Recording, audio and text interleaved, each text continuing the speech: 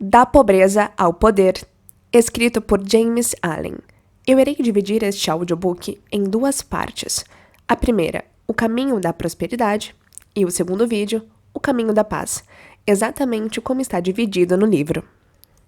Vamos comigo embarcar nessa jornada de puro autoconhecimento. Espero que você aprecie. Prefácio. Olhei em volta para o mundo e vi que estava sombreado pela tristeza e queimado pelos fogos ferozes do sofrimento. E eu procurei a causa. Olhei em volta, mas não consegui encontrá-la. Procurei nos livros, mas não consegui encontrá-la. Olhei para dentro e encontrei a causa e a natureza criada por ela mesma. Eu olhei novamente, e mais fundo, e encontrei o remédio. Eu encontrei uma lei, a lei do amor. Uma vida, a vida de adaptação a essa lei. Uma verdade, a verdade de uma mente conquistada e um coração quieto e obediente. E eu sonhava em escrever um livro que ajudasse homens e mulheres, ricos ou pobres, instruídos ou não instruídos, mundanos ou não mundanos, a encontrar dentro de si a fonte de todo sucesso, toda felicidade, realização e verdade. E o sonho permaneceu comigo e finalmente se tornou substancial. E agora eu o envio ao mundo em sua missão de cura e bem-aventurança, sabendo que não pode deixar de alcançar os lares e os corações daqueles que estão esperando e prontos para recebê-lo. James Allen. O caminho para a prosperidade. O mundo é um reflexo dos estados mentais. O que você é, também é o seu mundo. Tudo no universo é resolvido em sua própria experiência interior. Pouco importa o que está sem, pois é tudo um reflexo do seu próprio estado de consciência. Importa tudo que está dentro de você, pois tudo que estiver fora será espelhado e colorido de acordo. Tudo que você sabe positivamente está contido em sua própria experiência. Tudo que você conhecerá deve passar pelo portal da experiência e, assim, tornar-se parte de si mesmo. Seus próprios pensamentos, desejos e aspirações compreendem o seu mundo e, para você, tudo que existe no universo de beleza, alegria e bem-aventurança, ou de feiura, tristeza e dor, está contido em si mesmo. Por seus próprios pensamentos, você cria ou estraga a sua vida, seu mundo, o seu universo. À medida que você constrói o poder do pensamento, sua vida e circunstâncias externas se moldam de acordo. Tudo que abrigar nas câmaras mais íntimas do seu coração, mais cedo ou mais tarde, pela inevitável lei da reação, se moldará em sua vida exterior. A alma impura, sórdida e egoísta está gravitando com precisão infalível em direção ao infortúnio e à catástrofe. A alma que é pura, altruísta e nobre está gravitando com igual precisão em direção à felicidade e prosperidade. Toda alma atrai a sua própria, e nada pode chegar a ela que não lhe pertença. Perceber isso é reconhecer a universalidade da lei divina. Os incidentes de toda a vida humana, que a provocam e estragam, são atraídos a ela pela qualidade e poder de sua própria vida-pensamento interior. Toda alma é uma combinação complexa de experiências e pensamentos reunidos, e o corpo é apenas um veículo improvisado para sua manifestação. Quais são, portanto, seus pensamentos? Esse é o seu verdadeiro eu. E o mundo ao redor, animado e inanimado, usa o aspecto com o qual seus pensamentos o vestem. Tudo que somos é o resultado do que pensamos. Está fundamentado em nossos pensamentos. É composto de nossos pensamentos. Assim disse Buda, e, portanto, segue que se um homem é feliz, é porque ele habita em pensamentos felizes, se miserável, porque ele mora em pensamentos desanimados e debilitantes. Seja alguém medroso ou destemido, tolo ou sábio, perturbado ou sereno, dentro dessa alma reside a causa de seu próprio estado ou estados, e nunca fora. E agora parece ouvir um coro de vozes exclamar: mas você realmente quer dizer que as circunstâncias externas não afetam nossas mentes? Não digo isso, mas digo isto, e sei que é uma verdade infalível, que as circunstâncias só podem afetá-lo na medida em que você permitir que o façam. Você é influenciado pelas circunstâncias porque não tem um entendimento correto da natureza, uso e poder do pensamento.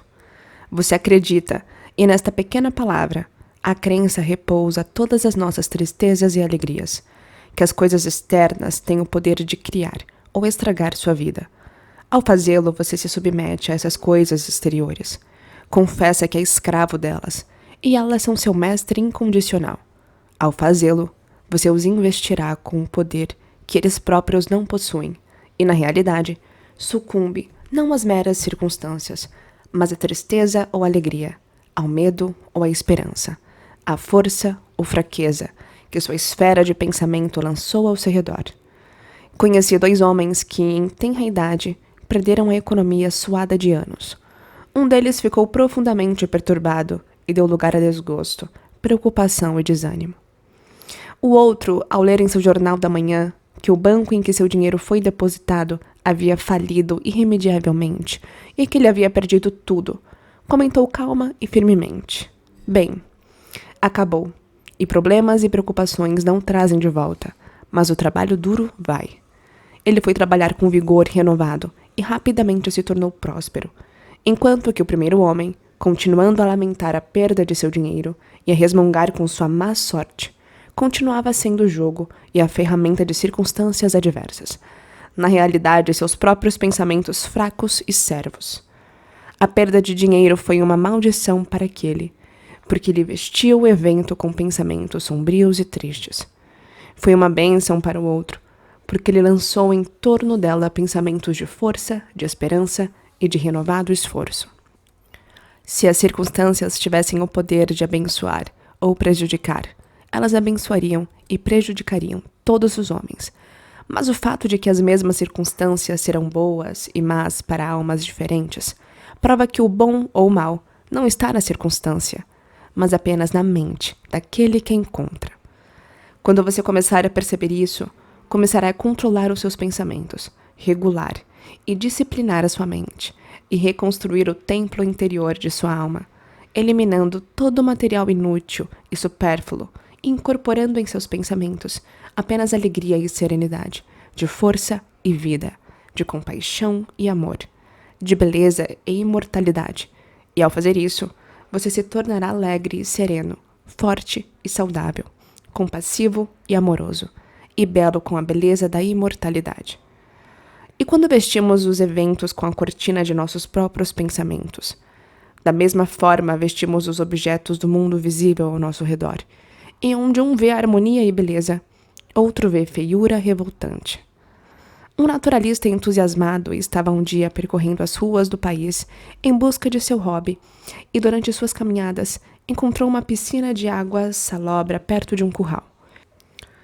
Enquanto ele encheu uma pequena garrafa com água para fins de exame ao microscópio, ele se expandiu, com mais entusiasmo do que discrição, para um filho inculto do arado que estava por perto, nas maravilhas ocultas e inumeráveis contidas na piscina, e concluiu dizendo: "Sim, meu amigo, dentro dessa piscina há 100 ou 1 milhão de universos, se não tivéssemos o sentido ou o instrumento pelo qual poderíamos apreendê-los."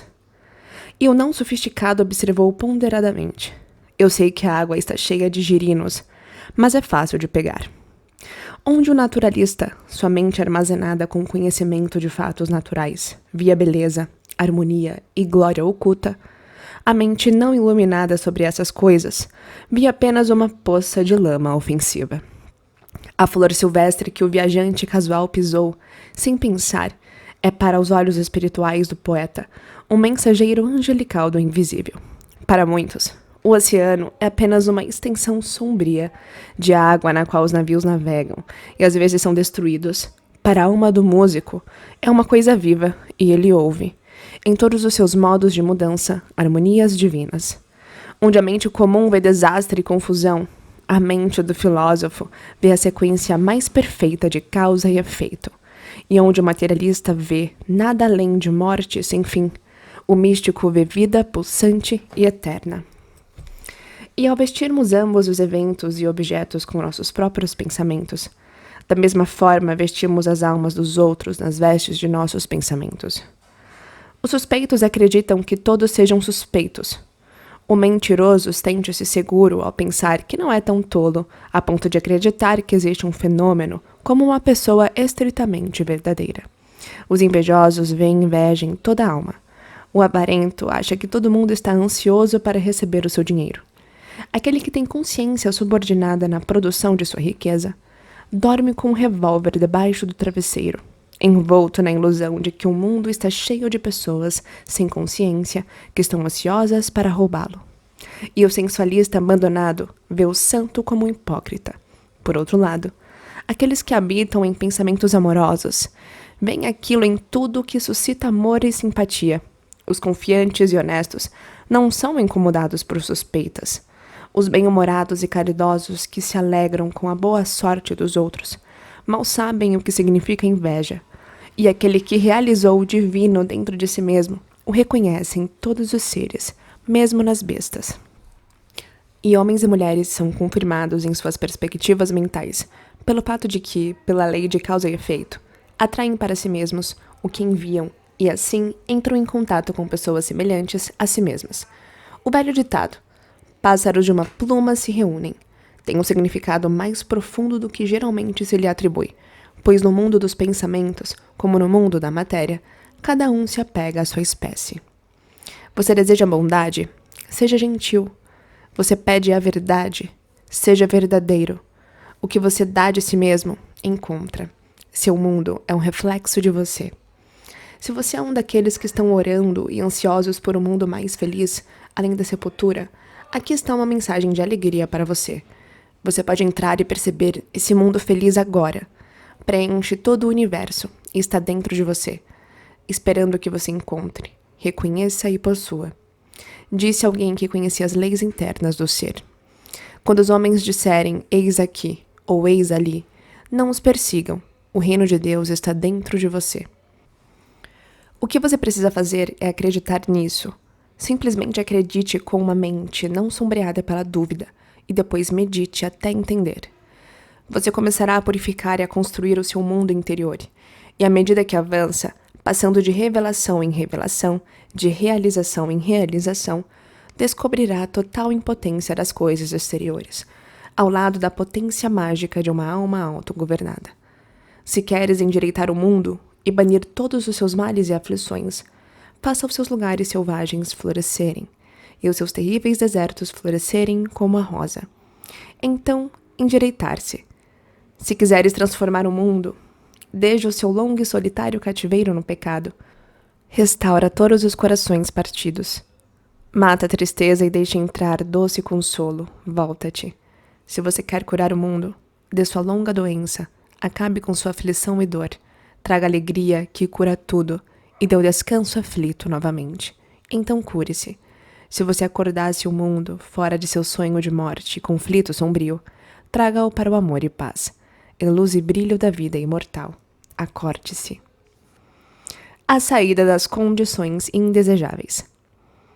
Tendo visto e percebido que o mal é apenas uma sombra passageira lançada pelo eu interceptador através da forma transcendente do bem eterno, e que o mundo é um espelho no qual cada um vê um reflexo de si mesmo, nós agora ascendemos, com passos firmes e fáceis, para aquele plano de percepção em que é vista e realizada a visão da lei.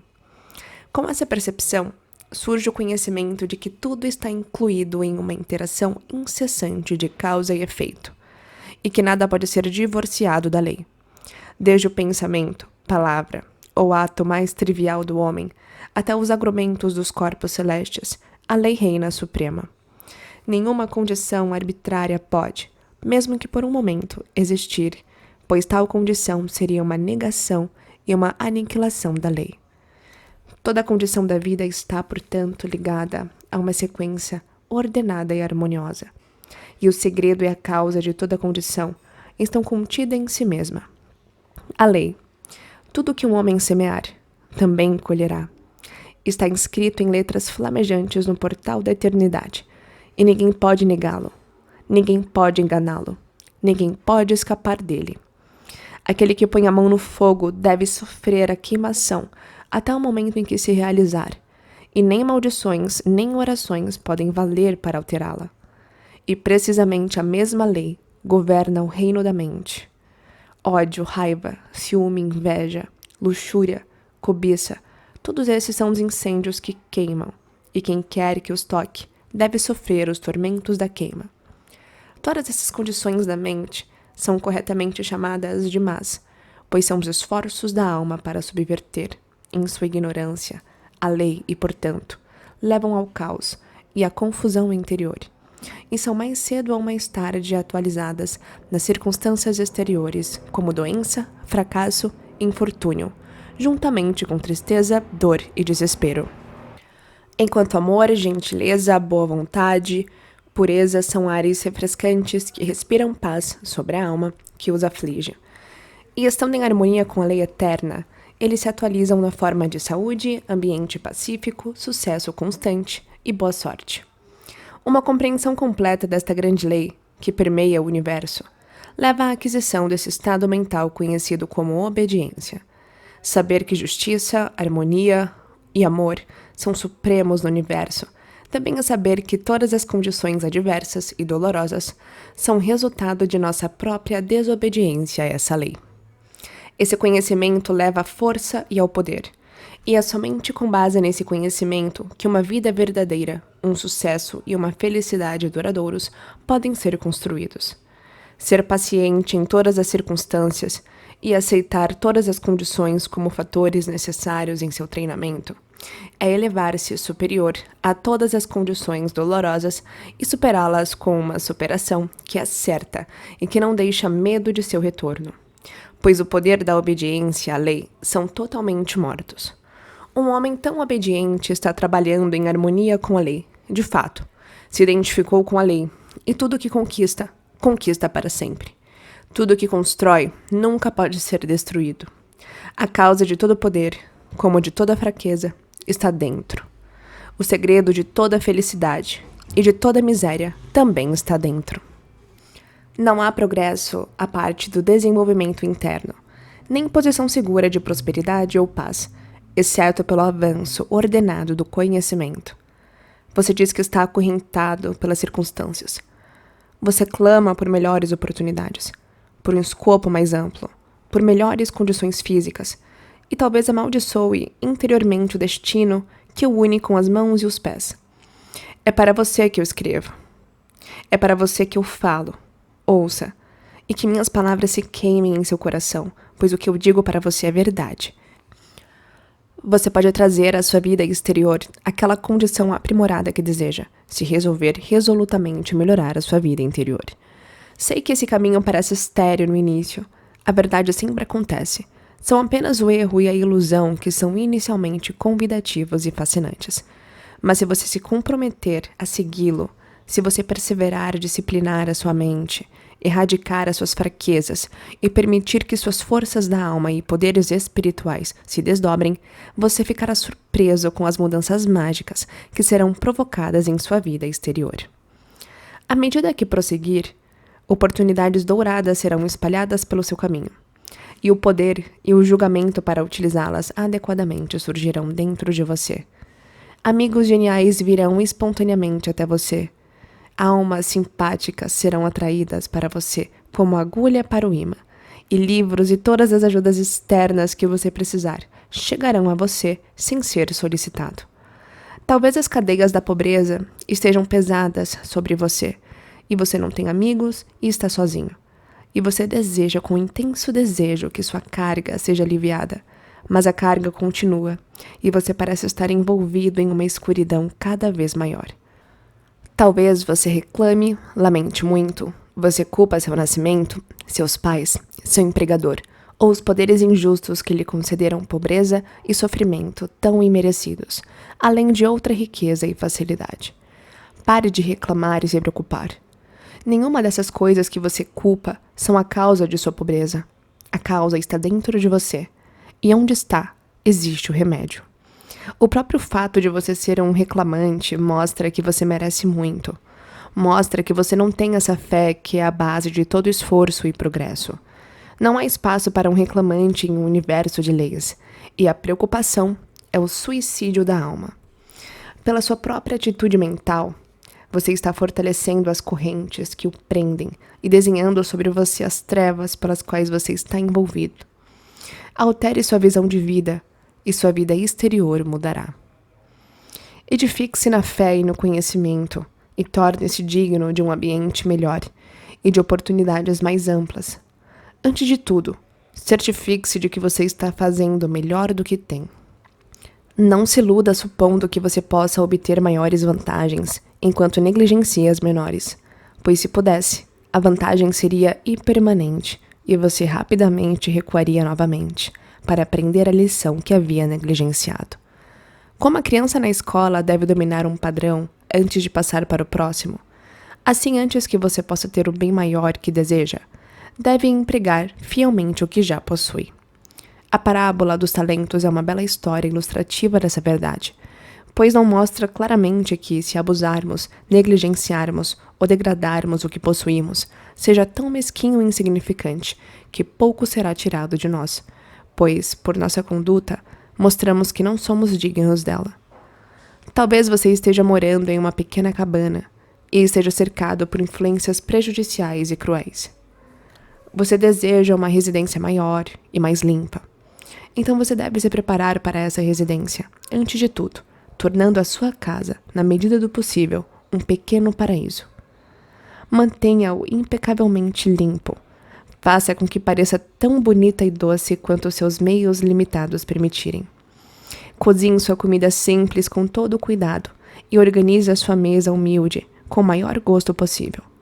Se você não puder comprar um tapete, deixe seus quartos serem cheios de sorrisos e boas-vindas, presos com as unhas de palavras gentis enfiadas com um martelo de paciência. Esse tapete não desbota ao sol, e o uso constante nunca o desgasta. Ao enobrecer seu ambiente atual, você se elevará acima deles, e acima da necessidade deles, e no momento certo, você passará para a melhor casa e ambiente que sempre o aguardavam e com o qual você se preparou para ocupar. Talvez você deseje mais tempo para reflexão e esforço, e sinta que suas horas de trabalho são muito difíceis e longas.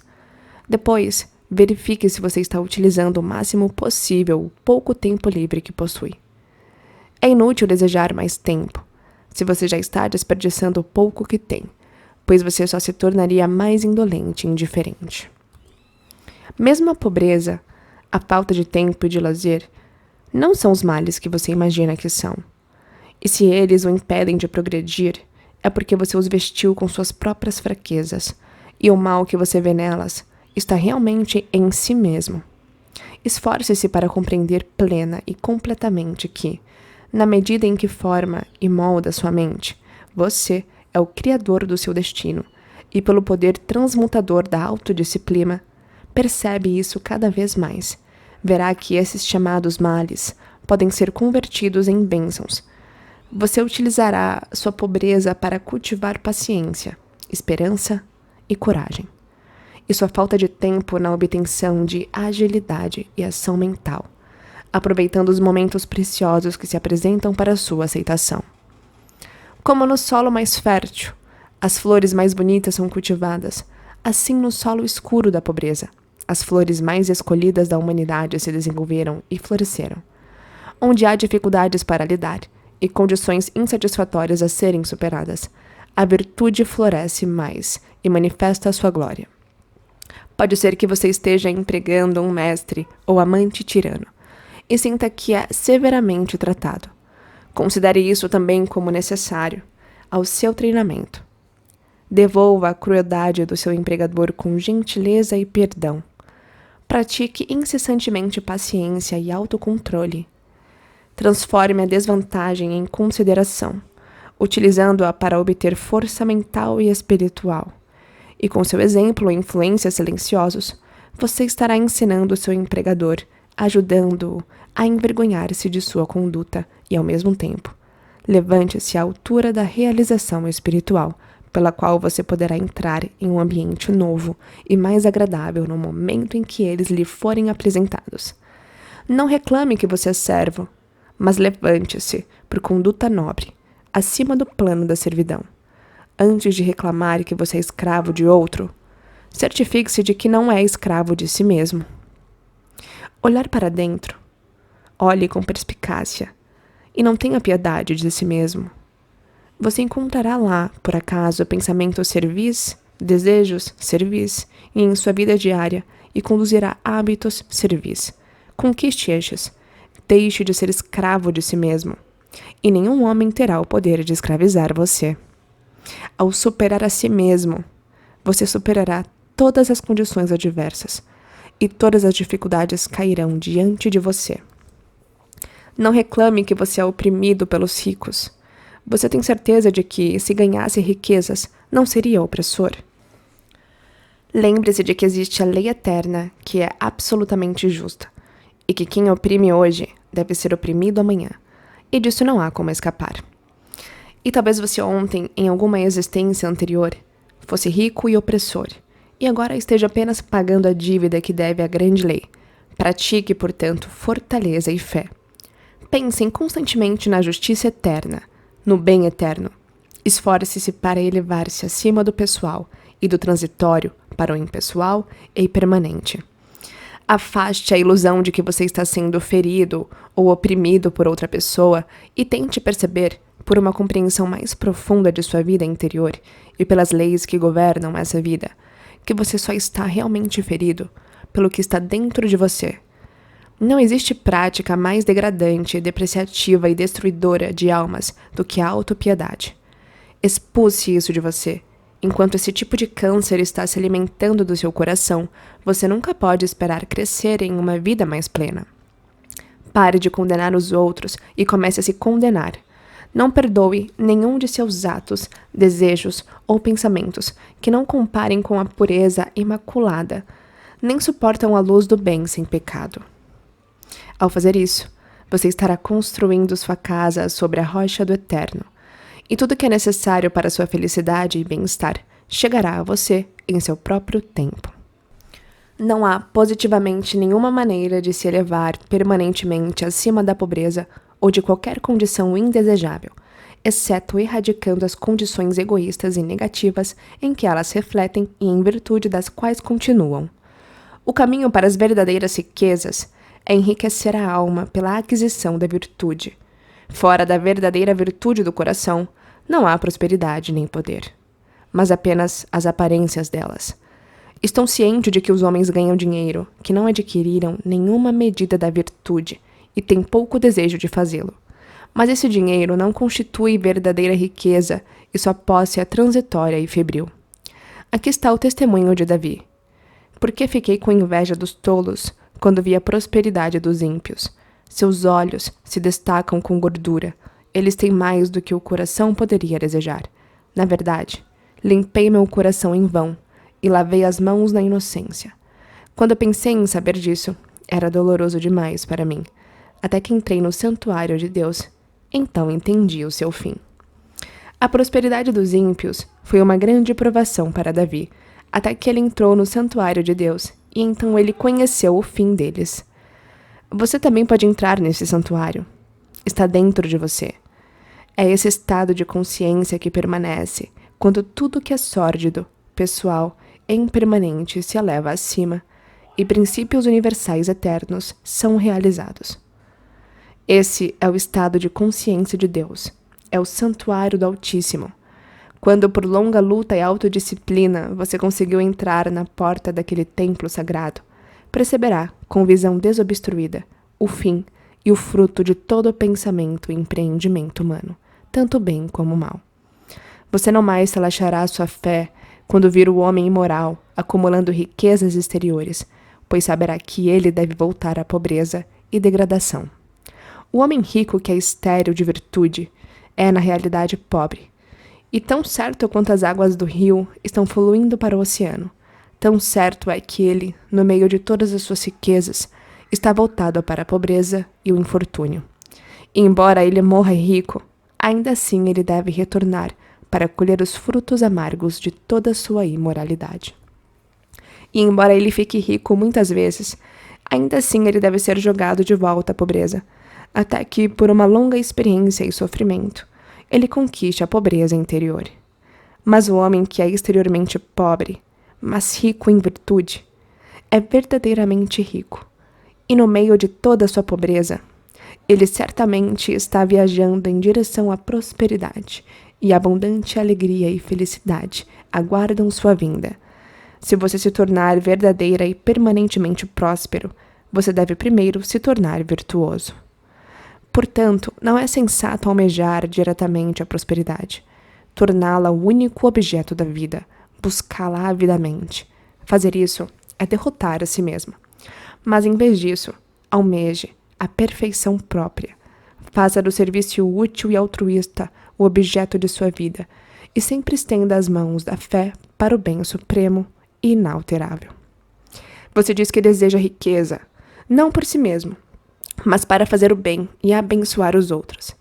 Se esse é o seu verdadeiro motivo para desejar riqueza, então a riqueza chegará até você, pois você é forte e altruísta. Se no meio das riquezas deseja se considerar um mordomo e não um dono, mas examine bem o seu motivo, pois na maioria dos casos em que o dinheiro é desejado para o objeto admitido de abençoar os outros, o verdadeiro motivo subjacente é o amor à popularidade e o desejo de se apresentar como filantropo ou reformador. Se você não está se saindo bem com o pouco que tem, dependa disso. Quanto mais dinheiro você tiver, mais egoísta se tornaria, e todo o bem que parecia fazer com o seu dinheiro, se tentasse fazê-lo, seria um autoelogio muito insinuante. Se o seu verdadeiro desejo é fazer o bem, não há necessidade de esperar pelo dinheiro antes de fazê-lo. Você pode fazer isso agora, neste exato momento, e exatamente onde você está. Se você é realmente tão altruísta quanto acredita ser, demonstrará isso se sacrificando pelos outros agora. Não importa quão pobre você seja, há espaço para o autossacrifício, pois a viúva não a colocou toda no tesouro. O coração que realmente deseja fazer o bem não espera pelo dinheiro antes de fazê-lo, mas chega ao altar do sacrifício e, deixando ali os elementos indignos do eu, sai e respira sobre o vizinho e o estranho amigo e inimigo, tanto quanto o alento de bem-aventurança. Como o efeito está relacionado à causa, a prosperidade e o poder estão relacionados ao bem interior, e a pobreza e fraqueza ao mal interior. O dinheiro não constitui verdadeira riqueza, nem posição nem poder, e confiar somente nela é permanecer em um lugar escorregadio. Sua verdadeira riqueza é seu estoque de virtude, e seu verdadeiro poder, os usos para os quais você a coloca. Retifique seu coração e você retificará sua vida. Luxúria, ódio, raiva, vaidade, orgulho, cobiça, autoindulgência, egoísmo, obstinação. Tudo isso é pobreza e fraqueza, enquanto que amor, pureza, gentileza, mansidão, compaixão, generosidade, esquecimento de si mesmo e renúncia a si próprio. Tudo isso é riqueza e poder. À medida que os elementos de pobreza e fraqueza são superados, um poder irresistível e conquistador é desenvolvido, a partir de dentro. E aquele que consegue estabelecer-se na mais alta virtude leva o mundo inteiro a seus pés. Mas os ricos, assim como os pobres, têm suas condições indesejáveis e frequentemente estão mais afastados da felicidade do que os pobres. E aqui vemos como a felicidade depende, não de ajudas ou bens externos, mas da vida interior. Talvez você seja um empregador e tenha problemas sem fim com aqueles a quem emprega. E quando você recebe funcionários bons e fiéis, eles rapidamente o deixam. Como resultado, você está começando a perder ou perdeu completamente a sua fé na natureza humana. Você tenta remediar as questões oferecendo melhores salários e permitindo certas liberdades, mas as questões permanecem inalteradas. Deixe-me aconselhá-lo. O segredo de todos os seus problemas não está em seus funcionários, está em si mesmo. E se você olhar para dentro, com um desejo humilde e sincero de descobrir e erradicar o seu erro, mais cedo ou mais tarde, encontrará a origem de toda a sua infelicidade. Pode ser algum desejo egoísta, ou suspeita espreita, ou atitude mental cruel, que lança seu veneno sobre aqueles a seu redor e reage sobre si mesmo, mesmo que você não mostre a sua maneira ou discurso. Pense nos seus funcionários com bondade. Considere-os na extremidade do serviço que você mesmo não gostaria de realizar se estivesse no lugar deles. Rara e bela é a humildade da alma, pela qual um servo se esquece inteiramente do bem de seu mestre. Mas muito mais rara e bela, como a beleza divina, é aquela nobreza de alma pela qual um homem, esquecendo sua própria felicidade, busca a felicidade daqueles que estão sob sua autoridade e que dependem dele para seu sustento corporal. E a felicidade de um homem é 10 vezes maior. Nem ele precisa se queixar daqueles a quem emprega. disse um empregador conhecido e extenso do trabalho, que nunca precisa demitir um funcionário. Sempre tive as relações mais felizes com meus funcionários. Se você me perguntar como isso deve ser explicado, só posso dizer que esse foi o meu objetivo desde o primeiro momento. Como gostaria de ser feito. Aqui está o segredo pelo qual todas as condições desejáveis são garantidas e todas as indesejáveis são superadas. Você diz que é solitário e não amado, e não tem amigo no mundo? Então peço-lhe que, pelo bem da sua própria felicidade, culpe ninguém além de si mesmo. Seja amigável com os outros, e os amigos logo se reunirão a seu redor. Sinta-se puro e amável, e você será amado por todos. Quaisquer que sejam as condições que tornem sua vida onerosa, você pode sair delas, e além delas, desenvolvendo e utilizando dentro de você o poder transformador da autopurificação e autoconquista.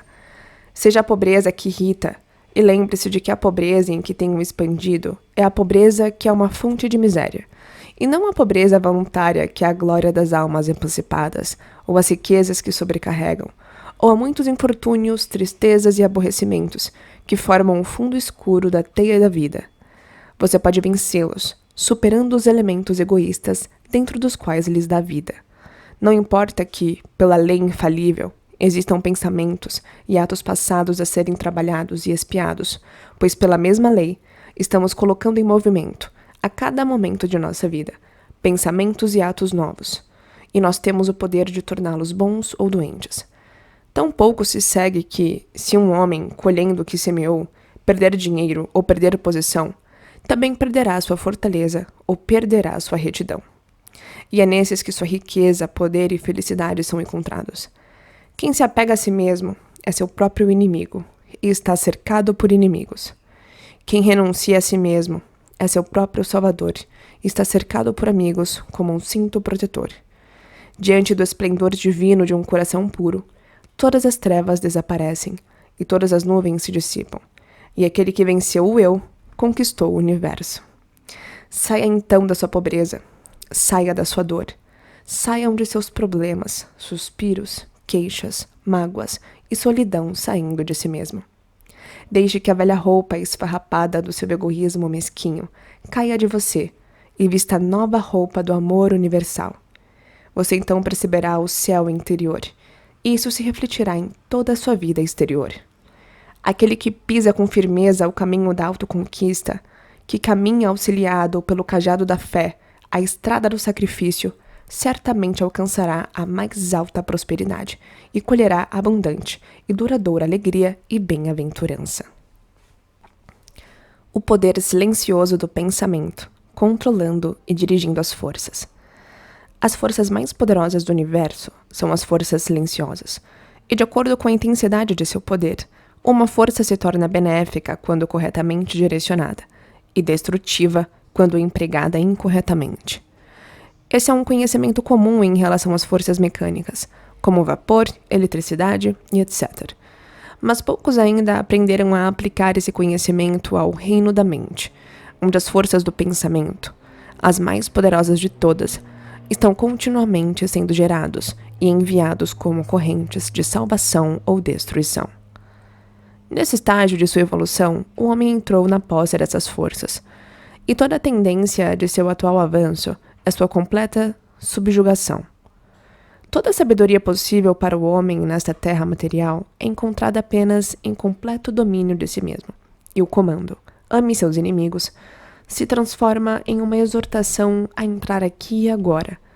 Na posse dessa sabedoria sublime, apoderando-se, dominando e transmutando aquelas forças mentais, às quais o homem está agora submisso e pelas quais ele é impotente, como um canudo na correnteza sobre as correntes do egoísmo, os profetas hebreus, com seu perfeito conhecimento da lei suprema, sempre relacionavam eventos externos ao pensamento interior, e associavam desastre ou sucesso nacional aos pensamentos e desejos que dominavam a nação na época.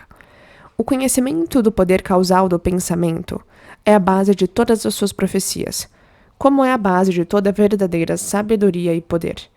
Eventos nacionais são simplesmente o trabalho das forças psíquicas da nação.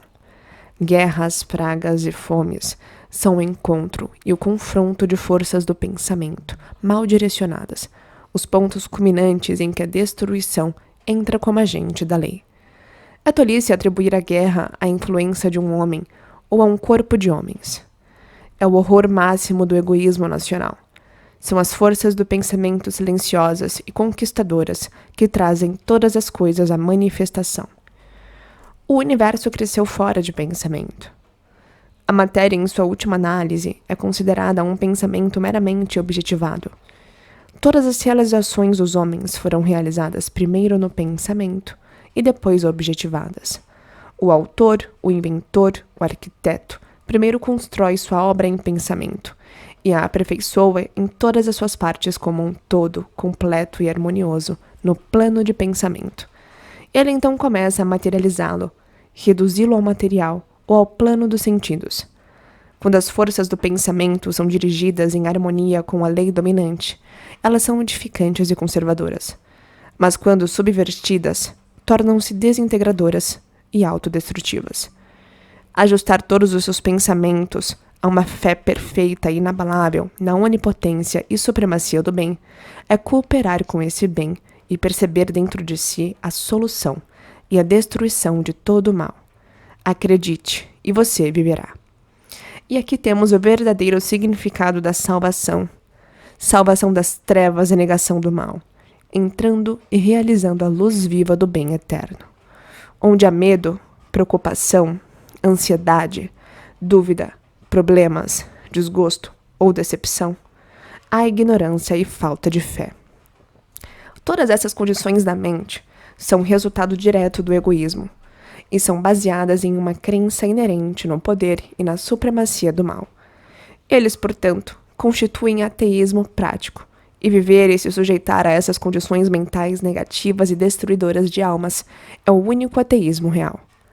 É a salvação de tais condições que a raça precisa e que ninguém se vanglorie da salvação enquanto ela é sua escrava indefesa e obediente. Temer ou se preocupar é tão pecaminoso quanto amaldiçoar, pois como alguém pode temer ou se preocupar se ele intrinsecamente acredita na justiça eterna, no bem onipotente, no amor sem limites? Temer, se preocupar, duvidar é negar, descrer. É a partir de tais estados de espírito que todas as fraquezas e fracassos prosseguem, pois representam o anular e a desintegração das forças do pensamento positivas, que, de outra forma, acelerariam seu objeto com poder e produziriam seus próprios resultados benéficos. Superar essas condições negativas é entrar em uma vida de poder, é deixar de ser escravo e se tornar um mestre, e só há uma maneira pela qual elas podem ser superadas, e isso é por um crescimento constante e persistente em conhecimento interior. Negar mentalmente o mal não é suficiente. Pela prática diária, deve ser elevado e compreendido. Afirmar mentalmente o bem é inadequado, por um esforço inabalável, deve ser entendido e compreendido. A prática inteligente do autocontrole leva rapidamente ao conhecimento das forças de pensamento interiores e, mais tarde, à aquisição do poder, pelo qual elas são empregadas e dirigidas corretamente. Na medida em que você domina a si mesmo, que controla as suas forças mentais, em vez de ser controlado por elas, exatamente nessa medida você dominará os negócios e as circunstâncias externas. Mostre-me um homem sob cujo toque tudo desmorona, e que não pode reter o sucesso, mesmo quando é colocado em suas mãos. E mostrarei a você um homem que habita continuamente nas condições da mente, que são a própria negação do poder.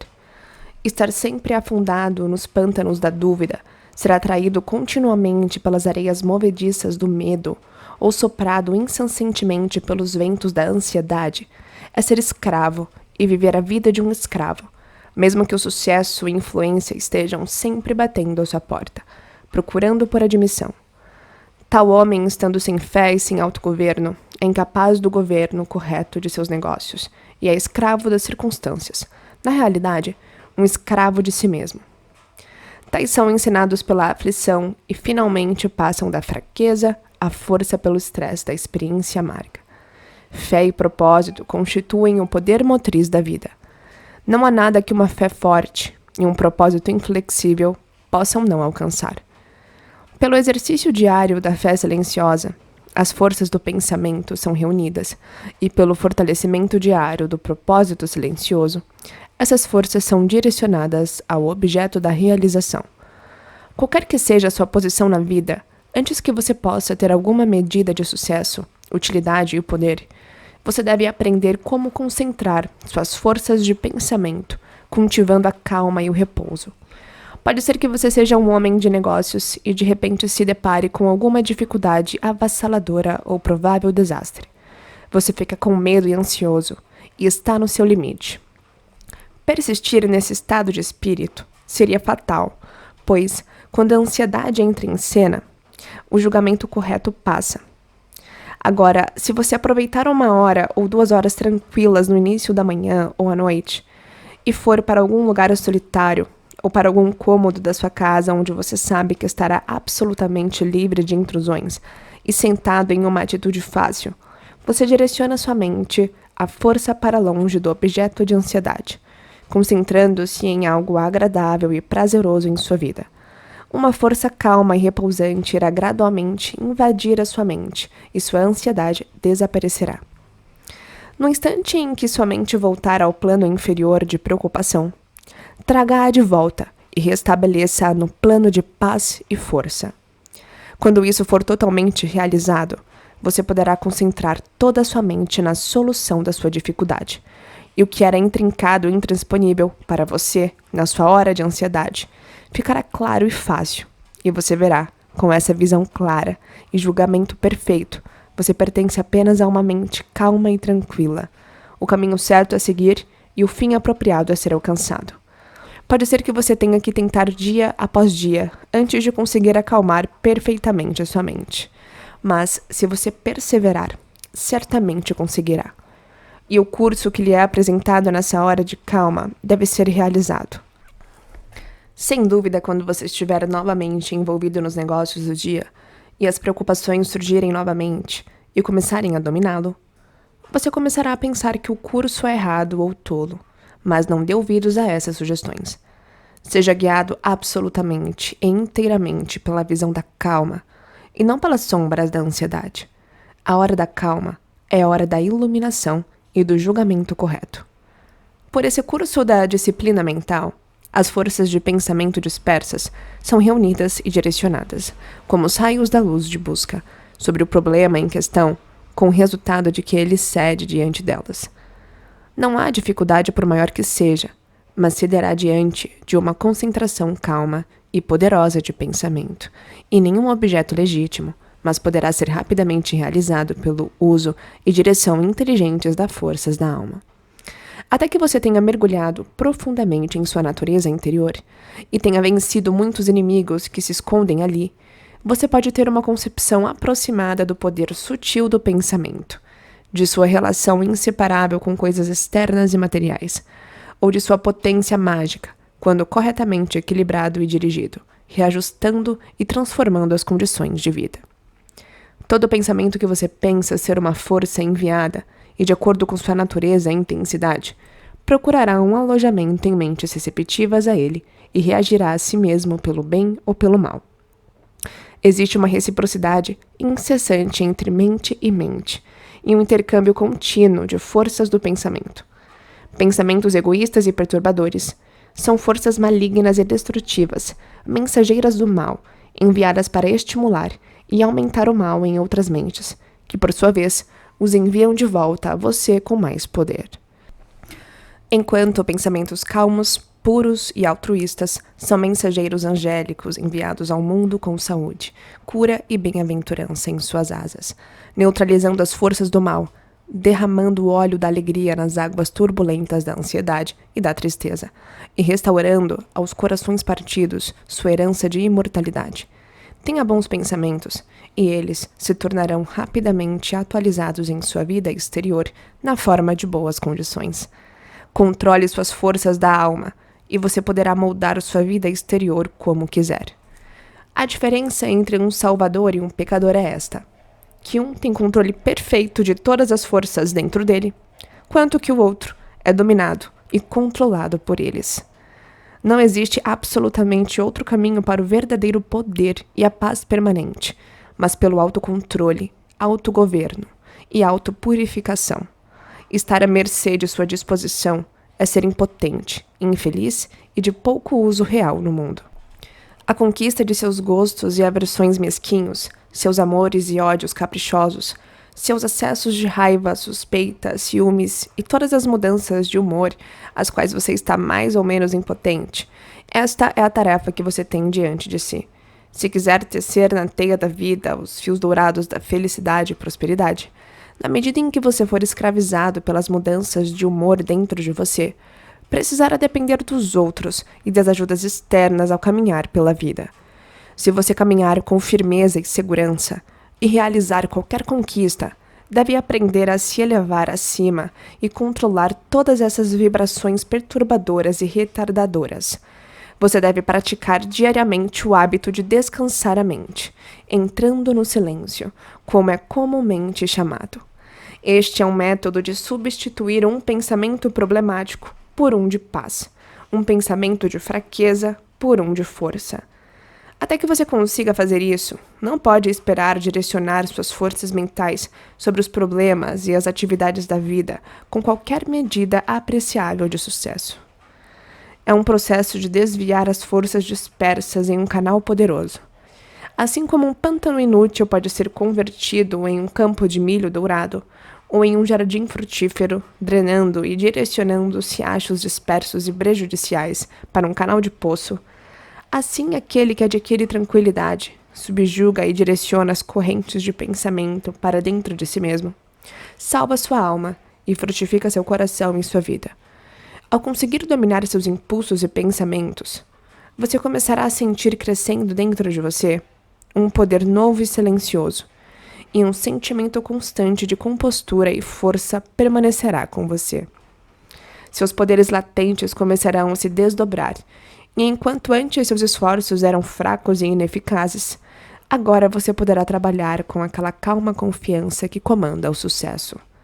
E junto com esse novo poder e força, despertará dentro de você aquela iluminação interior conhecida como intuição. E você não andará mais nas trevas e nas especulações, mas sim na luz e na certeza. Com o desenvolvimento dessa visão da alma, o julgamento e a penetração mental serão aumentados de forma incalculável, e evoluirá dentro de você aquela visão profética com a ajuda da qual você será capaz de sentir os eventos vindouros e de prever, com notável precisão, o resultado de seus esforços. E apenas na medida em que você altera, a partir de dentro, sua visão sobre a vida se altera. E quando você altera sua atitude mental em relação aos outros, eles mudam de atitude e de conduta em relação a você. Ao subir acima das forças de pensamentos inferiores, debilitantes e destrutivos, você entrará em contato com as correntes positivas, fortalecedoras e edificadoras geradas por mentes fortes, puras e nobres. Sua felicidade será imensuravelmente intensificada, e você começará a perceber a alegria, força e poder, que nascem apenas do autodomínio. E essa alegria, força e poder estarão continuamente irradiando de você, e sem nenhum esforço de sua parte. Ainda que você esteja totalmente inconsciente disso, pessoas fortes serão atraídas por você. Influência será colocada em suas mãos, e de acordo com seu mundo de pensamento alterado, os eventos externos se moldarão. Os inimigos de um homem são da sua própria família, e aquele que seria útil, forte e feliz deve deixar de ser um receptáculo passivo para as correntes de pensamento negativo, implacáveis e impuras, e como um sábio chefe de família comanda seus servos e convida seus convidados, ele deve aprender a comandar os seus desejos e a dizer, com autoridade, que pensamentos ele deve admitir na mansão de sua alma. Mesmo um sucesso muito parcial no autodomínio aumenta muito o poder de alguém, e aquele que consegue aperfeiçoar essa conquista divina entra na posse da sabedoria não sonhada, da força interior e da paz, e percebe que todas as forças do universo ajudam e protegem seus passos, que é o mestre de sua alma. O segredo da saúde, sucesso e poder. Todos nós lembramos com que deleite intenso, quando crianças, Ouvíamos o nunca mais cansativo conto de fadas. Quão ansiosamente seguimos a sorte flutuante do bom menino ou menina, sempre protegidos, na hora da crise, das maquinações malignas, da bruxa intrigante, do gigante cruel ou do rei perverso. E nossos pequenos corações nunca vacilaram pelo destino do herói ou heroína, nem duvidamos de seu triunfo final sobre todos os seus inimigos, pois sabíamos que as fadas eram infalíveis e que nunca abandonariam aqueles que se haviam consagrado ao bem e à verdade. E que a alegria indescritível pulsou dentro de nós quando a rainha das fadas, trazendo toda a sua magia para o momento crítico, dispersou toda a escuridão em problemas e concedeu a eles a satisfação completa de todas as suas esperanças, e eles foram felizes para sempre. Com os anos acumulados e uma intimidade cada vez maior com as chamadas realidades da vida, nosso belo mundo de fadas foi destruído e seus maravilhosos habitantes foram relegados, nos arquivos da memória, para os sombrios e irreais. E pensamos que éramos sábios e fortes, assim para sempre a terra dos sonhos infantis, mas quando nos tornarmos filhinhos no maravilhoso mundo da sabedoria, voltaremos novamente aos sonhos inspiradores da infância e descobriremos que são, afinal, realidades.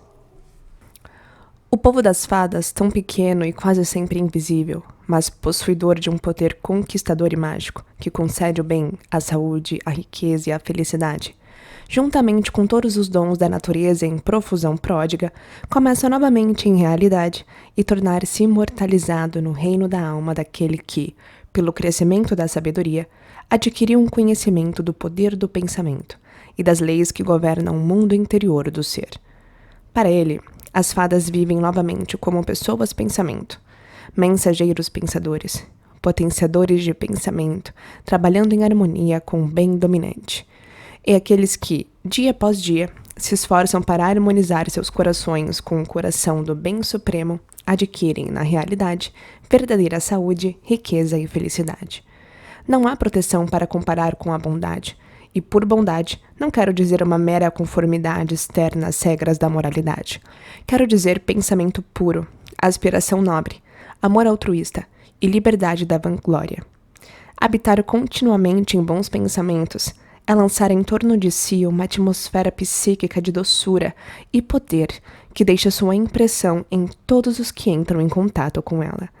Assim como o sol nascente põe em marcha as sombras desamparadas, todas as forças impotentes do mal são lançadas pelos raios perspicazes do pensamento positivo que brotam de um coração fortalecido em pureza e fé. Onde a fé e pureza é intransigente, há saúde, há sucesso, há poder. Nesse caso, a doença, o fracasso e o desastre não podem dar entrada, pois não há nada em que possam se alimentar. Até as condições físicas são em grande parte determinadas pelos estados mentais, e para essa verdade, o mundo científico está sendo atraído rapidamente. A velha crença materialista de que um homem é o que o seu corpo faz está rapidamente desaparecendo e está sendo substituída pela crença inspiradora de que o homem é superior ao seu corpo e que seu corpo é o que ele faz pelo poder do pensamento.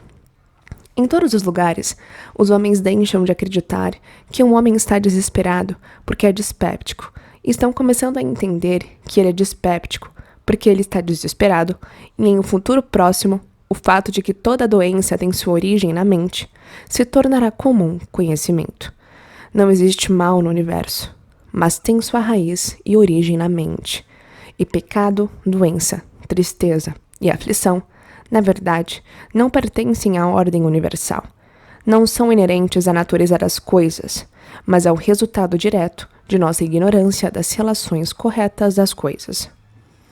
Segundo a tradição, uma vez viveu na Índia uma escola de filósofos que levaram uma vida de pureza e simplicidade tão absolutas que comumente atingiam a idade de 150 anos. E adoecer era visto por eles como desgraça imperdoável, pois era considerada uma violação da lei. Quanto mais cedo percebermos e reconhecermos que a doença, longe de ser a visita arbitrária de um Deus ofendido ou o teste de uma providência imprudente, é o resultado de nosso próprio erro ou pecado, mais cedo entraremos na estrada da saúde.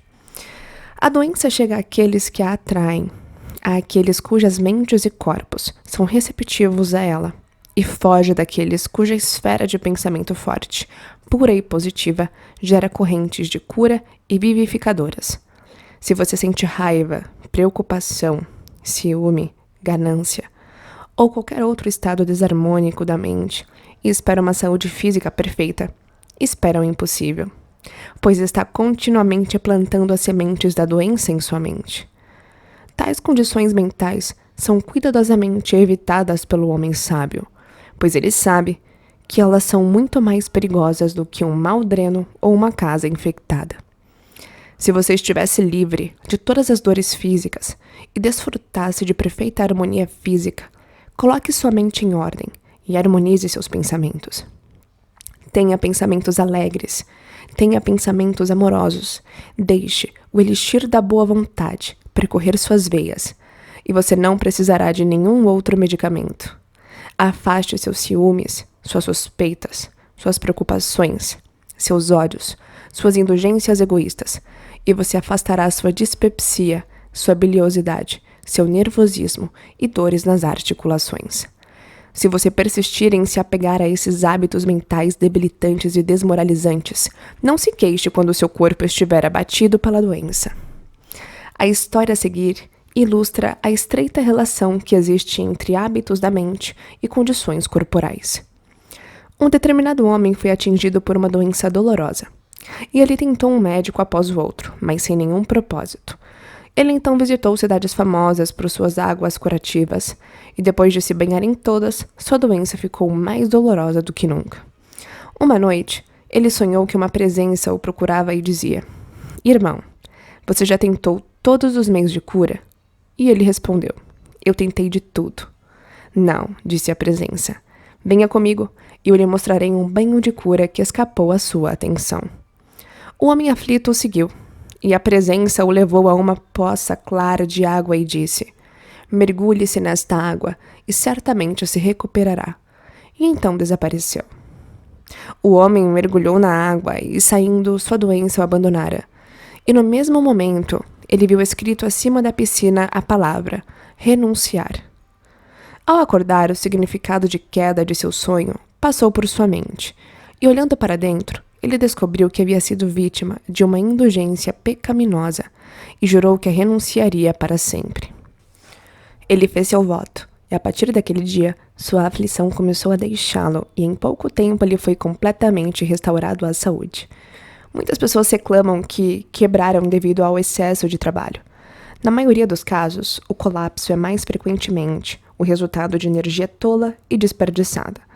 Se você deseja garantir a saúde, deve aprender a trabalhar sem atritos, ficar ansioso ou excitado, ou se preocupar com detalhes desnecessários, é convidar a um colapso.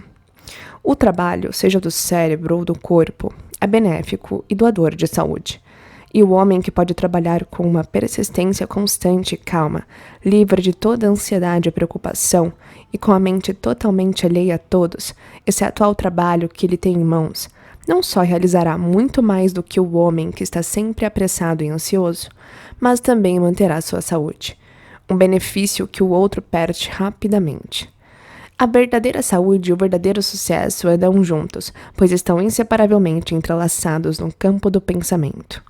Como a harmonia mental produz saúde corporal, também leva a uma sequência harmoniosa na elaboração real dos planos. Ordene seus pensamentos, e você ordenará a sua vida.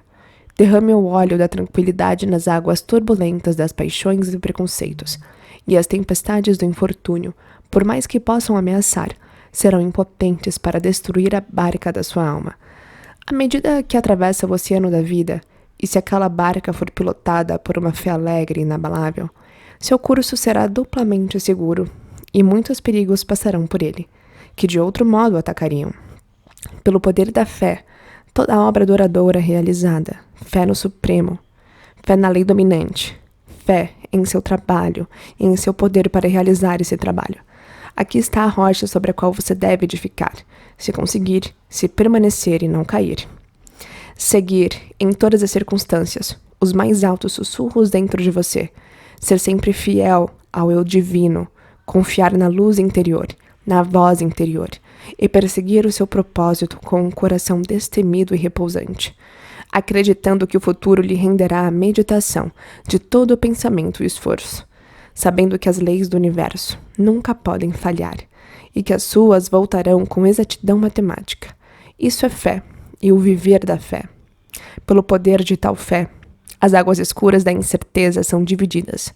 Toda montanha de dificuldade desmorona e a alma que crê passa ilesa.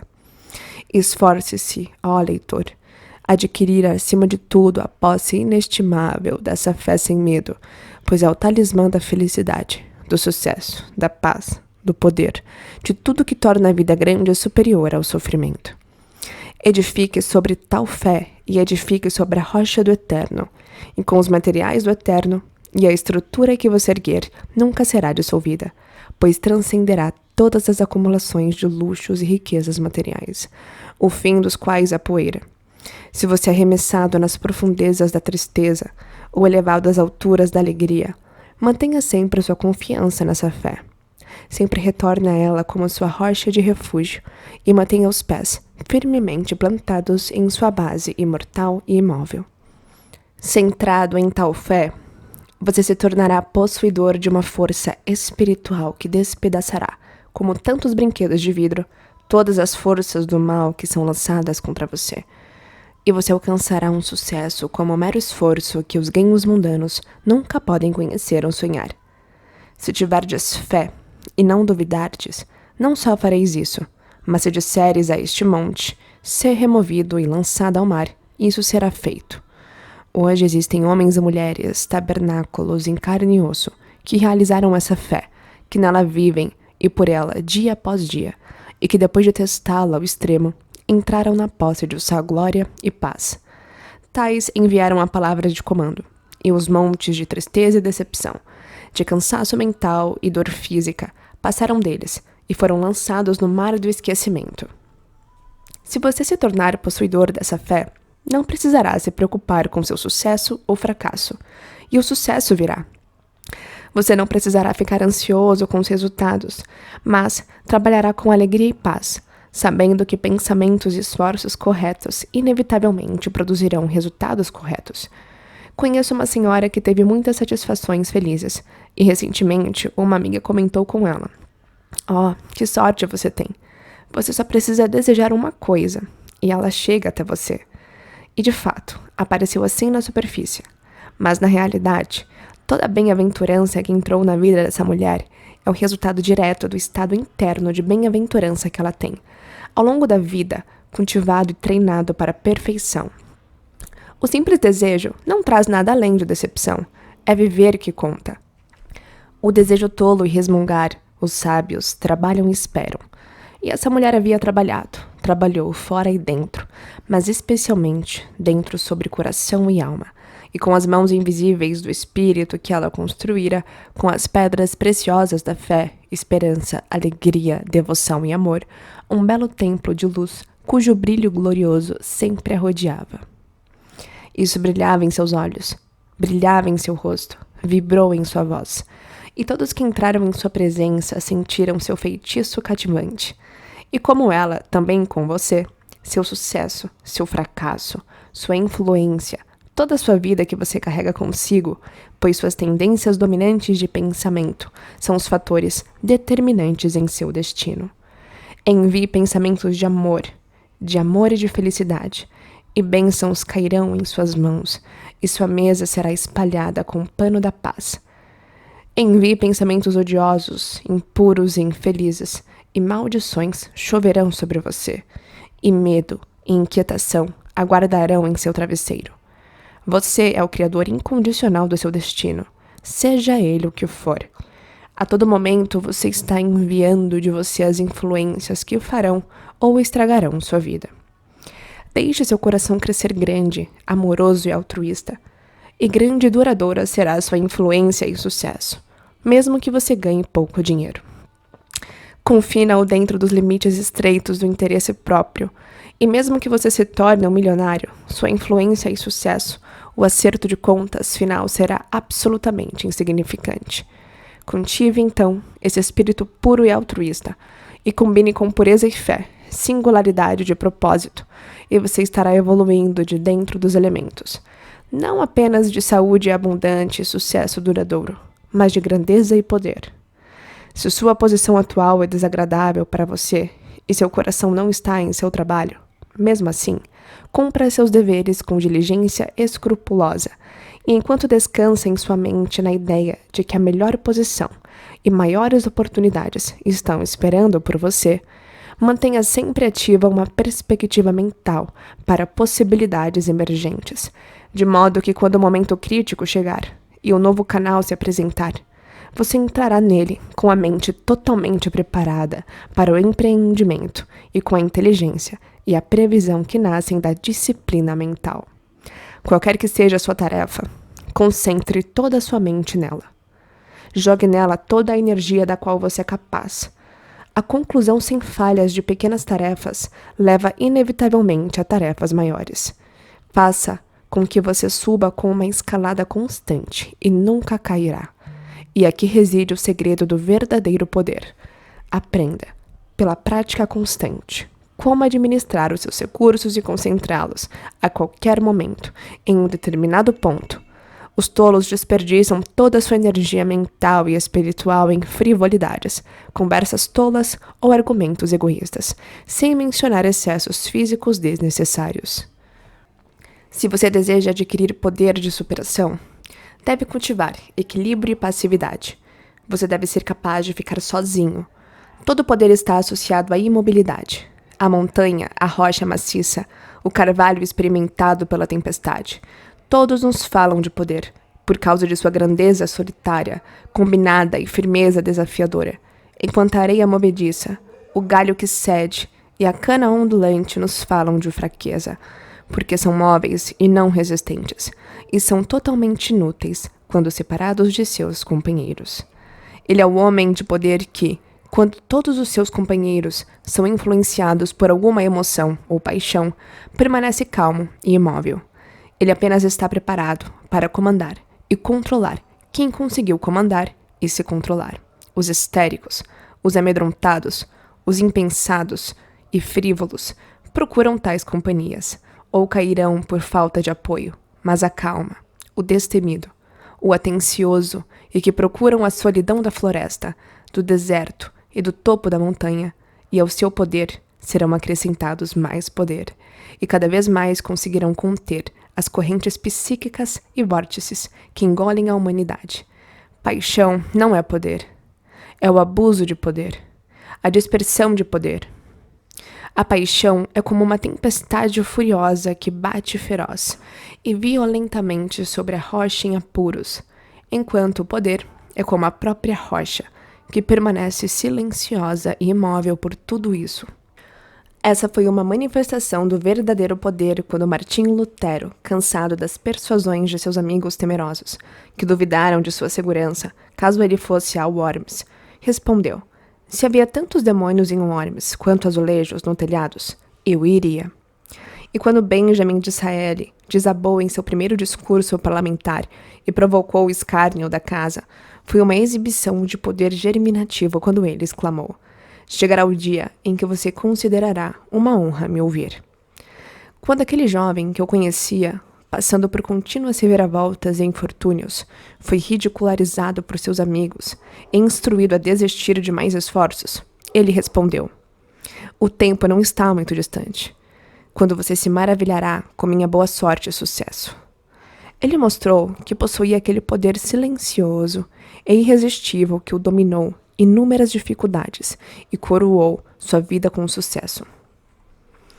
Se você não tem esse poder, pode adquiri-lo pela prática. E o começo do poder é igualmente o começo da sabedoria.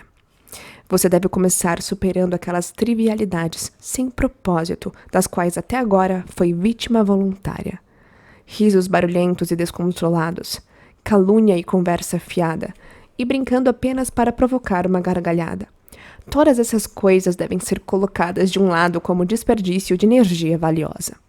O apóstolo Paulo nunca demonstrou sua maravilhosa visão das leis ocultas do progresso humano com maior vantagem do que quando divertiu os efésios contra conversas tolas e brincadeiras que não são convenientes. pois habitar habitualmente nessas práticas é destruir todo o poder espiritual e vida. Ao conseguir tornar-se impermeável a tais dissipações mentais, você começará a entender o que é o verdadeiro poder e começará a lidar com os desejos e apetites mais poderosos que mantêm sua alma em cativeiro e impedem o caminho do poder. Seu progresso adicional será esclarecido.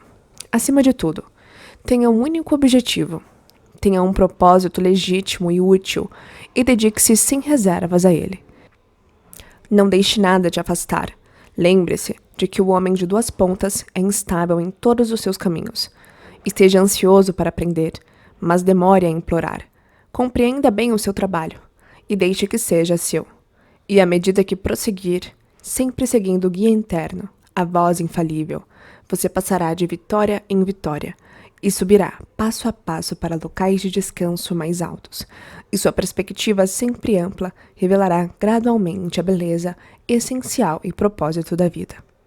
Autopurificada, a saúde será sua, protegido pela fé, o sucesso será seu, autogovernado, o poder será seu.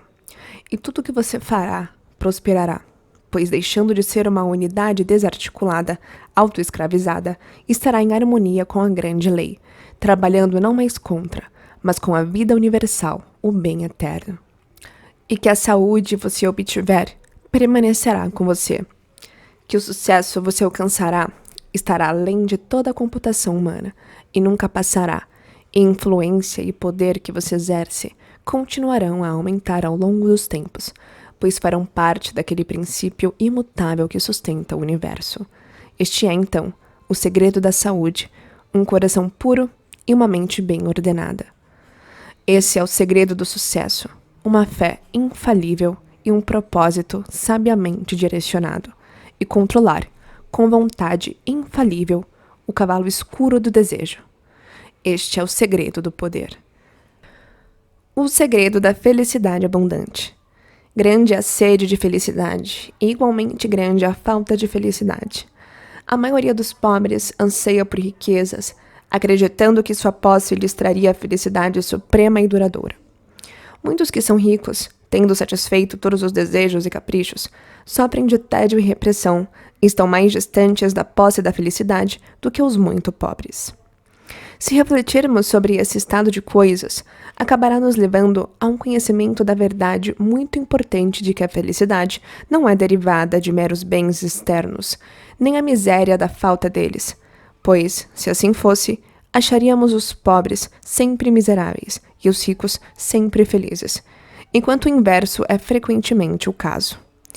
Algumas das pessoas mais miseráveis que eu conheci eram as que estavam cercadas de riquezas e luxo, enquanto que algumas das pessoas mais brilhantes e felizes que eu conheci possuíam apenas as necessidades mais básicas da vida. Muitos homens que acumularam riquezas confessaram que a gratificação egoísta que se seguiu à aquisição de riquezas roubou a doçura de sua vida, e que nunca foram tão felizes como quando eram pobres. O que é, então, a felicidade e como ela deve ser assegurada? É uma invenção, uma ilusão, e o sofrimento é perene sozinho? Descobriremos, após observação e reflexão sinceras, que todos, exceto aqueles que entraram no caminho da sabedoria, acreditam que a felicidade deve ser obtida apenas pela gratificação do desejo. É essa crença, enraizada no solo da ignorância e continuamente regada por desejos egoístas, que é a causa de toda a miséria do mundo. E não limita a palavra desejo aos desejos mais grosseiros dos animais. Estende-se ao reino psíquico superior, onde desejos muito mais poderosos, sutis e insidiosos mantêm em cativeiro o intelectual e o refinado, privando-os de toda aquela beleza, harmonia e pureza da alma, cuja expressão é felicidade. A maioria das pessoas admite que o egoísmo é a causa de toda a infelicidade do mundo, mas cai na ilusão destruidora de almas de que é o egoísmo de outra pessoa e não o próprio. Quando você estiver disposto a admitir que toda a sua infelicidade é o resultado do seu próprio egoísmo, você não estará longe dos portões do paraíso. Mas enquanto você estiver convencido de que é o egoísmo dos outros que está roubando sua alegria, você permanecerá prisioneiro no seu purgatório criado por si mesmo. A felicidade é aquele estado interior de perfeita satisfação, que é alegria e paz, e do qual todo desejo é eliminado. A satisfação que resulta do desejo gratificado é breve e ilusória, e é sempre seguida por uma crescente demanda por gratificação. O desejo é tão insaciável quanto o oceano e clama cada vez mais alto que suas demandas são atendidas. Alega um serviço cada vez maior de seus devotos iludidos, até que finalmente são atingidos por uma angústia física ou mental e são lançados no fogo purificador do sofrimento. O desejo é a região do inferno e todos os tormentos estão centrados ali. A renúncia do desejo é a realização do céu, e todas as delícias aguardam um peregrino ali. Enviei minha alma através do invisível, alguma letra daquilo depois da vida para soletrar, e aos poucos minha alma retornou a mim e sussurrou: eu mesmo sou o céu e o inferno. Céu e inferno são estados interiores. Mergulhe no eu e em todas as suas gratificações, e você afunda no inferno. Eleva-se acima de si mesmo, a aquele estado de consciência que é a total negação e esquecimento de si mesmo. E você entra no céu. O eu é cego, sem julgamento, não possui o conhecimento verdadeiro e sempre leva ao sofrimento. A percepção correta, o julgamento imparcial e o conhecimento verdadeiro pertencem apenas ao estado divino, e somente na medida em que você realiza essa consciência divina pode saber o que é a verdadeira felicidade. Enquanto você persistir na busca egoísta de sua própria felicidade pessoal, a felicidade o iludirá, e você estará semeando as sementes da miséria. Na medida em que você consiga se perder a serviço dos outros, nessa medida a felicidade chegará até você, e você colherá uma colheita de bem-aventurança. Apegue-se a si mesmo, e você apega-se à tristeza. Abandona-se e entra em paz. Buscar egoisticamente não é apenas perder a felicidade, mas também aquilo que acreditamos ser a fonte da felicidade. Veja como o glutão procura continuamente uma nova iguaria com a qual estimular o seu apetite amortecido, e como inchados, sobrecarregados e doentes, quase nenhum alimento é finalmente comido com prazer. Visto que quem domina seu apetite, e não apenas não busca, mas nunca pensa em prazer gustativo, encontra prazer na refeição mais econômica. A forma de anjo da felicidade, que os homens, olhando através dos olhos do eu, imaginam que veem com um desejo gratificado. Quando fechados, é sempre encontrado o esqueleto da miséria. Verdadeiramente, quem procurar a sua vida, a perderá, e quem perder a sua vida, a encontrará. A felicidade permanente chegará a você quando, deixando de se apegar egoisticamente, estiver disposto a desistir. Quando você estiver disposto a perder, sem reservas, aquela coisa impermanente que é tão querida para você e que, quer você haja ou não, um dia será arrebatada de você. Então você encontrará aquilo que lhe pareceu uma perda dolorosa. Acaba por ser um ganho supremo. Desistir para ganhar. Do que isso, não há maior ilusão, nem fonte mais prolífica de miséria, mas estar disposto a ceder e sofrer perdas. Esse é realmente um modo de vida. Como é possível encontrar a verdadeira felicidade centrando-nos naquilo que, por sua própria natureza, deve passar? A felicidade permanente e verdadeira só pode ser encontrada centrando-nos naquilo que é permanente. Levante-se, portanto, acima do apego e do desejo por coisas impermanentes, e então você encontrará na consciência do eterno, e como, elevando-se acima do eu e crescendo cada vez mais no espírito de pureza, autossacrifício e amor universal, você se centra nessa consciência. Você perceberá aquela felicidade que não tem reação e que nunca pode ser tirada de você. O coração que alcançou o completo esquecimento de si mesmo em seu amor pelos outros, não só se tornou possuidor da maior felicidade, mas também entrou na imortalidade, pois se realizou o divino. Relembre sua vida e descobrirá que os momentos de suprema felicidade foram aqueles em que proferiu alguma palavra ou realizou algum ato de compaixão ou amor abnegado. Espiritualmente, felicidade e harmonia são sinônimas. A harmonia é uma fase da grande lei, cuja expressão espiritual é amor. Todo egoísmo é discórdia, e ser egoísta é estar fora de harmonia com a ordem divina.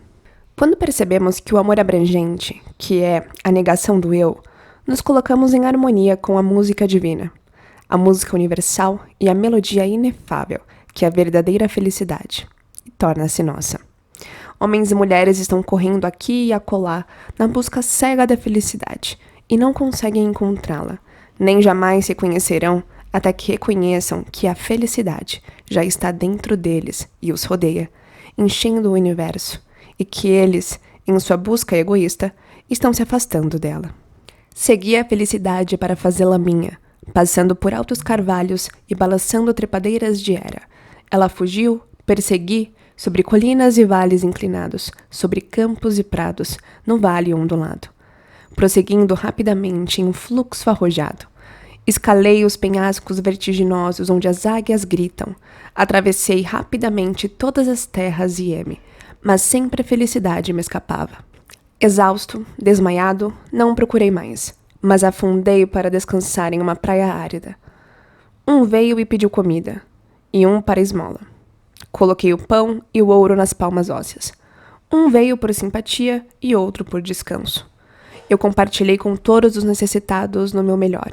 Quando, ó doce felicidade, com forma divina, parada por mim, sussurrando baixinho, eu sou teu. Essas belas linhas de Burleigh expressam o segredo de toda a felicidade abundante. Sacrifique o pessoal e o transitório, e você se eleva imediatamente ao impessoal e ao permanente. Desista daquele eu estreito e apertado que procura tornar todas as coisas subservientes aos seus interesses mesquinhos, e você entrará na companhia dos anjos, no próprio coração e essência do amor universal. Esqueça-se inteiramente das tristezas dos outros e de ministrar aos outros, e a felicidade divina os emancipará de toda tristeza e sofrimento. Dando o primeiro passo com um bom pensamento, o segundo com uma boa palavra, e o terceiro com uma boa ação, entrei no paraíso. E você também pode entrar no paraíso, seguindo o mesmo caminho. Não está além, está aqui, é realizado apenas pelo altruísta. É conhecido em sua plenitude apenas pelos puros de coração. Se você não percebeu essa felicidade ilimitada, pode começar a atualizá-la, mantendo sempre diante de si o elevado ideal de amor altruísta e aspirando a ela. Aspiração ou oração é desejo voltado para cima. É a alma se voltando para sua fonte divina, onde somente a satisfação permanente pode ser encontrada. Por aspiração, as forças destrutivas do desejo são transmutadas em energia divina e que preserva tudo. Aspirar é fazer um esforço para afastar os tresmalhos do desejo. É o pródigo tornado sábio pela solidão e pelo sofrimento, retornando à mansão de seu pai. Como você se eleva acima do eu sórdido, ao quebrar um após o outro as correntes que o prendem, você perceberá a alegria de dar, distinta da miséria de apreender, dar de sua substância, doação de seu intelecto, doação de amor e luz que cresce dentro de você. Você então entenderá que é realmente mais abençoado dar do que receber. Mas a doação deve ser do coração, sem qualquer mancha de si, sem desejo de recompensa. O presente do puro amor é sempre acompanhado com bem-aventurança. Se depois de você doar, você está ferido por não ser agradecido ou lisonjeado, ou por seu nome ser publicado no jornal, saiba que seu presente foi motivado por vaidade e não por amor. E você estava apenas dando para receber. Não estavam realmente dando, mas sendo ávido. A realização da prosperidade. É concedido apenas ao coração que está cheio de integridade, confiança, generosidade e amor para realizar a verdadeira prosperidade.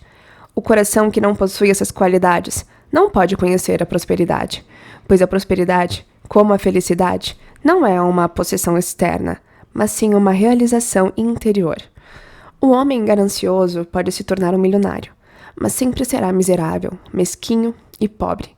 E até se considerará externamente pobre enquanto houver um homem no mundo que seja mais rico que ele, enquanto os justos, os generosos e amorosos realizarão uma prosperidade plena e rica. mesmo que suas posses externas sejam pequenas. Ele é pobre e insatisfeito. Ele é rico, satisfeito com o que tem, e mais rico, generoso com o que tem. Quando contemplamos o fato de que o universo é abundante em todas as coisas boas, materiais e espirituais, e o comparamos com a ânsia cega do homem de garantir algumas moedas de ouro ou alguns acres de terra, é então que percebemos o quão escuro é o egoísmo ignorante. É então que sabemos que a busca própria é a autodestruição. A natureza dá tudo, sem reservas, e não perde nada. O homem, agarrando tudo, perde tudo.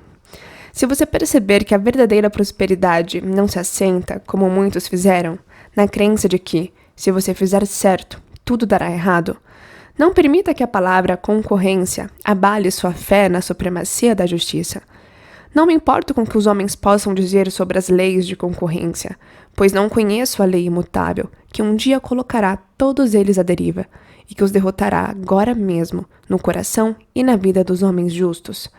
E conhecendo esta lei, posso contemplar toda a desonestidade com repouso imperturbável, pois sei onde certa destruição a aguarda. Sob todas as circunstâncias, faça o que você acredita estar certo e confie na lei.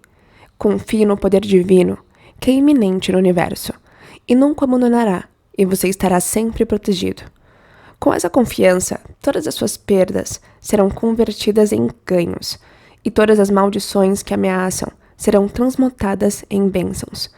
Nunca abandone a integridade, a generosidade e o amor, pois estes, juntamente com a energia, o levarão ao estado verdadeiramente próspero. Não acredite no mundo quando isso lhe diz que você deve sempre atender ao número 1 primeiro e aos outros depois. Fazer isso não é pensar nos outros, mas apenas no próprio conforto. Para aqueles que praticam isso, chegará o dia em que serão abandonados por todos, e quando clamarem em sua solidão e angústia, não haverá ninguém para ouvi-los e ajudá-los. Considerar-se diante de todos os outros é contrair e encurtar e impedir todo impulso nobre e divino. Deixe sua alma se expandir. Deixe seu coração alcançar os outros com calor amoroso e generoso. E grande e duradoura será sua alegria. E toda a prosperidade chegará até você. Os que se afastaram da estrada da justiça se protegem da concorrência. Aqueles que sempre buscam o direito não precisam se preocupar com essa defesa. Esta não é uma afirmação vazia. Hoje existem homens que, pelo poder da integridade e da fé, desafiaram toda a concorrência e que, sem se desviarem nem um pouco de seus métodos, quando competiram com eles, cresceram constantemente para a prosperidade, enquanto aqueles que tentaram miná-los caíram derrotados. Possuir as qualidades interiores que constituem a bondade é ser blindado contra todos os poderes do mal e ser duplamente protegido em todas as épocas de provação. E edificar-se nessas qualidades é construir um sucesso que não pode ser abalado e entrar em uma prosperidade que durará para sempre. Meus parabéns por terminar a primeira parte do livro Da Pobreza ao Poder, de James Allen. Te espero na segunda e última parte no próximo vídeo. Até lá!